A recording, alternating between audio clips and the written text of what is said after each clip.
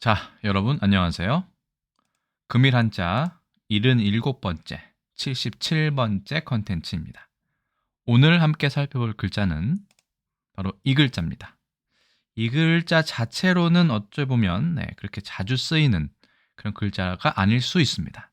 하지만 이 글자는 다른 글자와 결합하여 상당히 중요한 뜻을 나타내고 있는 그런 글자 중에 하나입니다. 바로 보실까요? 자, 이 글자는 1급에 배정되어 있는 다, 첨, 여러, 첨자입니다. 다라는 거는 전부라는 걸 말하고요. 여러라는 거는 뭐 아시다시피 여러 가지 이런 뜻을 나타냅니다. 모두 뭐 이런 뜻이라고 보면 될 것 같아요. 그래서 한어 대사전에 보시면 전부의 뜻이다, 모두의 뜻이다.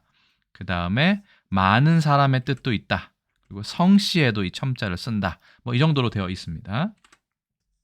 이 글자를 뜯어보면 모일 집자에 이게 모일 집자예요. 삼합이라고 해서 그렇죠? 세 개가 모여 있죠, 이렇게. 그 다음에 이 글자는 잘 쓰이지 않지만 부르짖을 헌자입니다.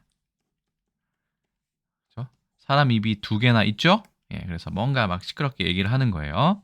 그 다음에 조칠 종자가 있지만 이거는 사람으로 봅니다. 사람의 입이 여러 가지가 막 있으면서 그게 하나로 합쳐지는 걸 말합니다. 그래서 여러 사람의 의견이 하나로 모인다 해서 모두, 다, 여러 할 때 첨이 됩니다. 아까 말씀드린 것처럼 1급에 배정이 되어 있고요. 참고로 이게 3개가 모여 있으면 이 글자는 시끄러울 영자가 되고요. 이 4개가 모여 있으면 이거는 무리 즙자가 됩니다. 뭐 우레 뇌자가라고도 하는데 어쨌든 이런 글자가 있습니다. 뭐 이걸 이렇게 쌓아놓으면 물건품이 되죠. 그래서 3개짜리, 2개짜리, 뭐 1개짜리는 입구자고요. 이거는 부르짖을 헌자다. 참고로 그냥 재미로 알아두시면 될 것 같아요. 재미라기보다는 참고로 알아두시면 될 것 같습니다. 그래서 이거의 속자를 보시면 2가지가 있는데 이 자체로는 잘 쓰이지는 않는 것 같습니다. 물론 속자로 이렇게 하면 이건 중국의 간체자 쪽으로 나타낼 것이고 이거는 일본의 신자체, 교육용 한자의 신자체를 얘기하는 것이 되겠죠. 이걸 줄일 때는 나중에 이렇게 씁니다. 자, 그러면 이 글자가 활용된 단어 글자를 아주 간단하게 살펴보겠습니다. 너무 많기 때문에 자, 한 번에 쫙 펼쳐볼까요? 자, 이렇게 됐습니다. 시험, 험, 험할 험, 염할 염, 이거는 우리가 지난번에 했었죠.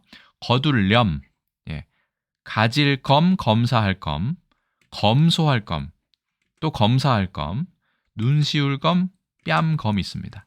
여기에 뜻이 다 모두, 뭐 양쪽에 모두, 뭐 이런 뜻을 다 대부분 담고 있습니다. 여기에 대해서는 나중에 글자가 나왔을 때 설명을 드리도록 하고 이 다첨 여러 첨자가 얼마나 중요한 역할을 하는지 이 글자들을 한번 나열해 보았습니다. 자세한 설명은 좀 나중에 다음 기회에 한번 해드리도록 그렇게 하겠습니다. 그러면 이 다첨 여러 첨자가 들어간 단어를 살펴보기 전에 한중일 삼국에서는 어떻게 쓰느냐?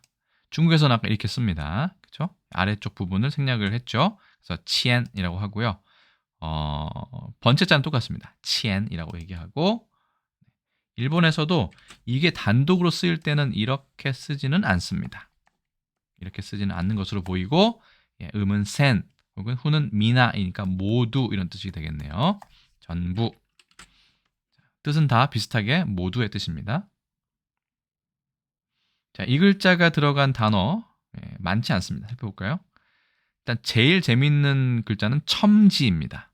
조선시대에 중추원에 속한 정삼품 무관의 벼슬이고 태종 때 인진사를 고친 것이다 이렇게 되겠고요. 두 번째가 좀 재밌죠. 나이 많은 남자를 낮잡아서 이르는 말, 얕잡아서 이르는 말이라고 되어 있습니다. 존칭이 아닌 것이죠. 이것은 사실은 첨지사의 준말이라고 되어 있습니다. 그렇죠? 지사가 나오죠.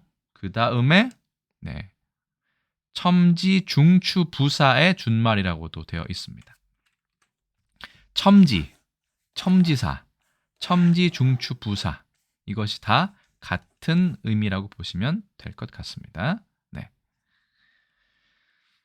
자, 그러면 무슨 뜻이냐? 모두 다 알고 있다의 뜻으로 해석해도 될 것 같습니다. 보통 모두 알고 있다, 이를 다 안다, 이런 얘기를 할 때 쓰는데, 이 첨자는 굳이 따지면 모을 총자 정도로 보시면 되지 않을까 싶습니다. 총리할 때도 모든 것들을 총괄해서 처리한다, 알고 있다, 이런 거 할 때도 총리란 말 쓰듯이 첨지란 말 쓰면 관직의 이름으로 그 행정에 대해서는 좀 속된 말로 바삭하게 알고 있다의 뜻으로 이 관직명을 지은 것이 아닌가 생각이 듭니다.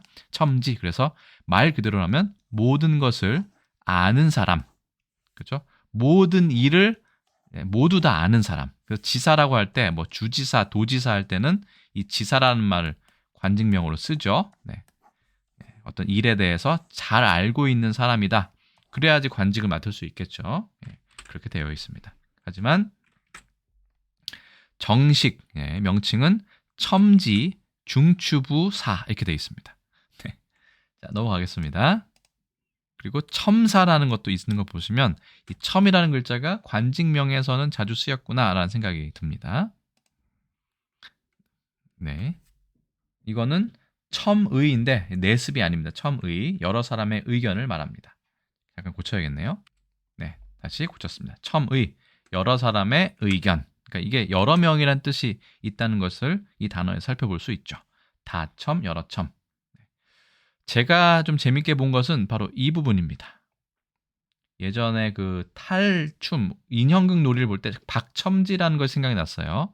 박첨지. 박씨는 우리나라의 흔한 성씨이니까요. 박첨지는 꼭두각시 노름의 모든 거리에 등장한다.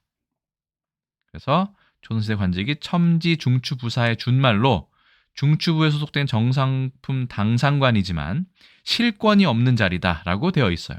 그렇기 때문에 정상품과 종이품 벼슬을 영감 또는 영공으로 부른 데서 박첨지를 영감이라 불렀는데 후대에 이르러 첨지는 나이 많은 노인의 일반적인 존대어가 된다. 이것은 존대어로 되어 있는데 또 국어사전은 낮잡아 보는 말로 되어 있죠. 그러니까 실제적인 실권이 없는 자리에서 벼슬을 영감, 박첨지를 영감으로 불렀는데 그래서 박첨지 놀이가 되었다. 라고 되어 있습니다. 결국 영감이라는 것도 뭔가 실권이 없는 그런 벼슬을 지칭했을 가능성이 크네요. 그게 이제 나이 많은 사람을 나타내는, 남자를 나타내는 영감의 뜻이 됐고 첨지라는 것도 그렇게 좀 낮잡아보는 뜻이 됐던 모양입니다. 박첨지 노름은 대략 이렇게 생겼습니다. 국립민속박물관에서 사진을 가져왔고요. 이런 인형극의 놀이죠. 대부분 이 이야기를 설명하는 역할을 한다고 하는데 이런 박첨지 노름에 나온 걸 보면 이 첨지라는 어떤 역할이 그렇게 막 그 높은 벼슬은 아닌 것으로 이렇게 생각하시면 될 것 같습니다. 박첨지 말고 김첨지도 있죠. 제가 김첨지라는 말을 처음 들어본 것은 현진건 소설 운수 좋은 날에서였습니다. 첫 번째 문장 이렇게 되어 있는데 새침하게 흐린 품이 눈이 올 듯하더니 눈은 아니 오고 얼다가만 비가 추적추적 내리었다. 이날이야말로 동소문 안에서, 이거 한자는 제가 붙인 겁니다. 인력거꾼 노릇을 하는 김첨지에게는 오래간만에도 닥친 운수 좋은 날이었다. 운수 좋은 날이라는 소설 기억하실 겁니다. 여기에 첫 번째 문장인데 여기에 김첨지가 주인공으로 등장합니다. 그러니까 인력거꾼이니까 당시에는 신분이 아주 높은 사람은 아니었겠죠. 그냥 나이 든 사람의 어떤 호칭으로 성씨와 첨지를 같이 붙이는 것이죠. 여기서 나온 동소문은 사대문과 사소문 중에 동쪽에 있는 작은 문을 말합니다. 큰 문은 동대문, 작은 문은 동소문.